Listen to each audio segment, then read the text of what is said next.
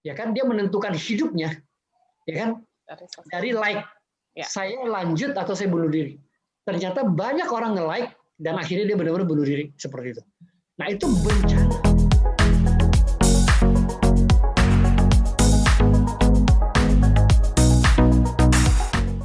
Oke, Smart Listeners, kita menyambung perbincangan kita ya malam hari ini dalam Smart Digital membahas tentang bencana teknologi. Kalau dipikir-pikir tadi pas ngobrol, aku baru keinget Bro Daniel. Jadi beberapa tahun yang lalu, aku pernah ibaratnya mengatasnamakan atas namaku. Ada seseorang yang chat via WhatsApp ke teman-temanku. Ada 2 orang teman yang mengatasnamakan sebagai Audrey dan meminjam uang dengan foto profil yang mungkin ada di Instagram ya, yang mungkin dicuri gitu. Dan untungnya teman-temanku juga sadar bahwa nama panggilan yang sering dipanggil itu beda banget, cara chatnya juga beda. Dia panggil teman aku Sai, padahal aku nggak pernah panggil teman-teman aku Sai gitu ya. Jadi mereka akhirnya langsung kontak aku dan ini beneran Audrey bukan katanya. Jadi mereka mengatasnamakan Audrey yang meminjam uang karena ibu aku dikatakan meninggal dunia dan harus mengirimkan uang ke tante aku yang harus berangkat. Itu wow, amazing tuh Bro Daniel. Aku kaget dan shock juga kan. Terus sempat coba lacak itu gimana dan akhirnya nggak tahu dan itu siapa juga kita nggak tahu. Akhirnya teman aku juga diblok karena udah ketahuan dia penipu gitu. Ini pasti Smart Listeners juga pernah ya, Bro Daniel. Betul. Nah, itu kejadian kalau yang case kayak gitu tuh udah banyak banget, Audrey. Itu case-nya udah banyak banget kayak gitu. Dan itu sebenarnya randomly mereka lakukan. Satu randomly. Ya kan? Mereka coba randomly, tapi dari data-data yang kita punya seperti itu. Jadi kalau kita lihat 1 bulan belakangan di awal 2021 nih, saya menerima begitu banyak informasi dari WhatsApp gitu ya.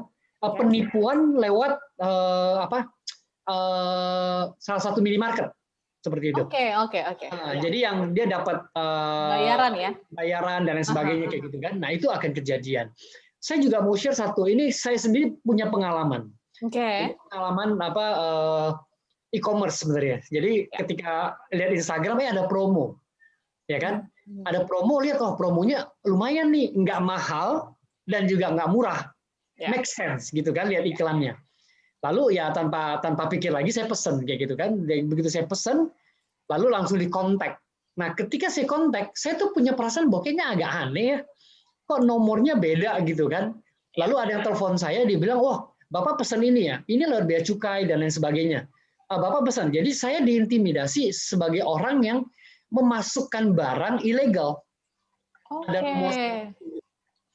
Nah, karena saya punya teman-teman di bea cukai, saya tahu protokolernya seperti itu. Terus saya bilang sama orang tersebut kan, oke, silakan Anda berhubungan langsung sama penjualnya. Saya kan cuma beli online, ya kan? Saya udah bayar, saya bilang gitu, ya kan? Nah, ketika saya lihat, nggak bisa. Ketika ada pemaksaan itu, langsung saya tutup teleponnya. Saya tahu saya ditipu, udah selesai, kayak gitu, ya kan? Lalu saya ditelepon lagi, dihubungi lagi, bla bla bla gitu kan. Nah, jadi saya nggak mau lanjut. Kenapa? Karena saya tahu. Nah, sejak itu saya lihat, Instagram benar, langsung Instagramnya di-delete dan semua di-delete, kayak gitu, ya kan? Nah, itu membuat sebenarnya sesuatu yang mudah sekali karena promotion. Itu yang paling sederhana ya, karena kita nggak punya data. Itu kita kepancing apa? Kepancing murah. Promo, seperti itu, ya kan? Murah, diskon. Bukan berarti nggak boleh, boleh teman-teman. Smart Listener bahwa kita tuh harus jeli, ya kan? Lalu yang case yang kayak Audrey ada lagi nih, kepancing hadiah. Yang paling sama Telkomsel. Itu banyak banget di SMS. Banyak banget seperti itu kan. Kemudian undian hadiah, dapat mobil. Perasaan nggak pernah nulis kupon undian deh. Tapi kita kok believe ya. Begitu. Nah, kenapa? Karena sebenarnya kita punya banyak kebutuhan-kebutuhan yang sebenarnya kita ingin. Itu yang ngedrive kita. Nah, bencana itu terjadi ya. Bencana itu terjadi kenapa? Karena kita ingin, Audrey. Karena kita ingin sesuatu yang bukan punya kita. Kayak gitu. Itu penting. Karena kita ingin sesuatu yang bukan punya kita. Karena kita ingin, bukan butuh gitu. Sehingga banyak hal yang kita lakukan melalui teknologi itu membuat keinginan-keinginan kita supaya terrealisasi. Jadi kita lebih banyak tidak menerima kenyataan seperti itu, dan itu akan menjadi kebencana. Nah, di sesi ini, sesi yang ketiga, saya menyampaikan bahwa ada satu bencana yang luar biasa, ya kan? Bencana secara psikologi. Kita ingat pernah bahas tentang anak di Samarinda kalau nggak salah, atau di Malaysia, di Sarawak, ya kan? Dia menentukan hidupnya, ya kan? Dari like, saya lanjut atau saya bunuh diri. Ternyata banyak orang nge-like dan akhirnya dia benar-benar bunuh diri seperti itu. Nah, itu bencana secara psikologi bahwa orang-orang ini, ya, anak-anak muda yang labil tadi yang tidak diperlengkapi ketika mereka bisa berhubungan dunia internasional, dunia luar, mereka pelin-pelan. Karena mereka pikir bunuh diri, ya karena mereka nonton mungkin untuk bunuh diri. Udah biasa seperti itu kan. Nah, ketika itu terracuni di otak mereka, buat mereka simpel aja mereka lakukan. Jadi kedewasaan kita untuk kita bisa mengelola teknologi untuk dimanfaatkan itu menjadi penting. Makanya ada bicara tentang kecerdasan digital, kecerdasan teknologi. Ya, jadi bukan hanya kecerdasan emosi, kecerdasan digital atau kecerdasan teknologi itu juga menjadi satu hal yang penting pada saat ini. Apalagi kita dengan WFH, dengan COVID-19, kita 90% kita menghabiskan waktu kita dealing dengan yang namanya teknologi. 90% kalau katakan, saya nggak bilang 100% karena masih banyak bagian-bagian yang memang tidak tersentuh oleh teknologi dan belum di Indonesia seperti itu. Tapi kalau kita bicara implementasi teknologi seluler 5G nanti, boleh bilang bahwa semuanya akan tersentuh dengan teknologi, semuanya. Tanpa terkecuali. Sekarang kita masih half-half. Ya, karena kita masih belum mengimplementasikan namanya 5G, teknologi 5G. Seperti itu, Audrey. Oke, wow, menarik ya berbicara tentang bencana teknologi ini, Bro Daniel. Nah, seperti cerita aku dan mungkin banyak smart listeners yang merasakan itu ya, kayak penyalahgunaan data gitu, Bro Daniel. Ini kan menjadi apa ya, dilema juga ketika kita mungkin punya sosial media dan lain sebagainya. Apakah memang kita harus terima resiko itu dulu atau memang bisa dicegah atau seperti apa, Bro Daniel? Oke, seperti salah satu rekan saya mengatakan di dalam Instagram saya, dikatakan Bro Derajat ya, dia bilang bahwa manajemen risiko menjadi hal yang terpenting ya Pak. Betul. Oke. Tapi pertanyaannya, berapa banyak dari kita yang mengenal namanya manajemen risiko? Oke. Nggak banyak. Ya. Bahkan risiko aja mereka nggak tahu itu apa. Ya. Apalagi di manage gitu kan? Yes. Nggak usah jauh-jauh, Audrey, smart listener, teman Bapak Ibu, teman-teman semua smart listener gitu ya. Kita punya waktu 24 jam setiap hari. Kita mengenal namanya time management. Berapa banyak dari kita bisa manage waktu kita? Kenapa? Karena kita take it for granted gitu. Ya kan, kita take it for granted. Coba smart listener, Audrey, pikirkan.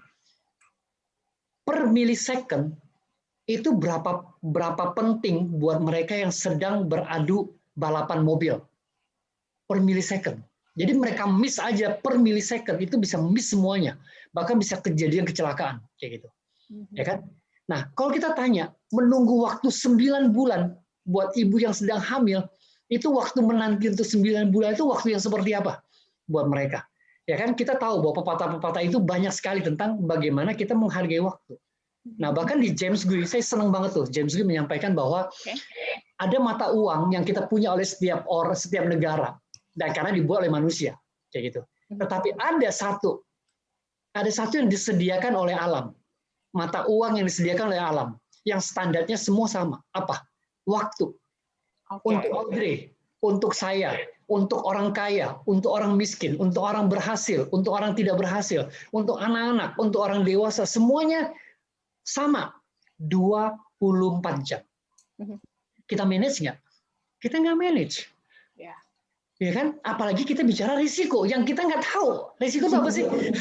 Kayak gitu. Apa sih? Kayak gitu. Contoh sekarang, kita di bencana alam di Kalimantan Selatan. Kita bicara tentang bencana-bencana tempat lain di Sulawesi, gempa, dan lain sebagainya.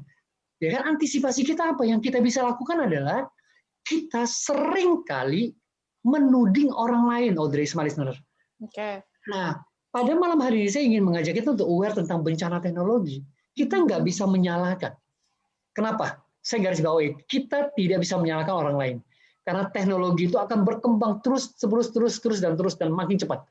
Nah, perkembangan teknologi ini diyakini dan diciptakan untuk membantu manusia, untuk mengambil alih pekerjaan-pekerjaan rutin yang dilakukan oleh manusia. Ingat, mengambil alih pekerjaan-pekerjaan rutin yang dilakukan oleh manusia. Sehingga teknologi, baik itu robotik dan lain sebagainya, itu mengganti itu. Bahkan diciptakan yang namanya artificial intelligence untuk membantu manusia untuk mengambil keputusan-keputusan kompleks. Seolah-olah kita punya manusia tandingan. Nah, kalau kita tidak menjadi anak atau pribadi yang smart, kita akan tergantikan nggak? Yes, kita akan tergantikan.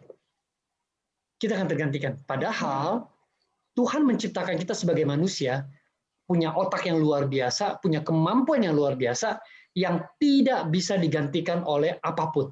Tapi kalau kita tidak manage, tidak utilisasi itu untuk sesuatu yang lebih baik, kita tergantikan nggak? Yes, kita akan tergantikan.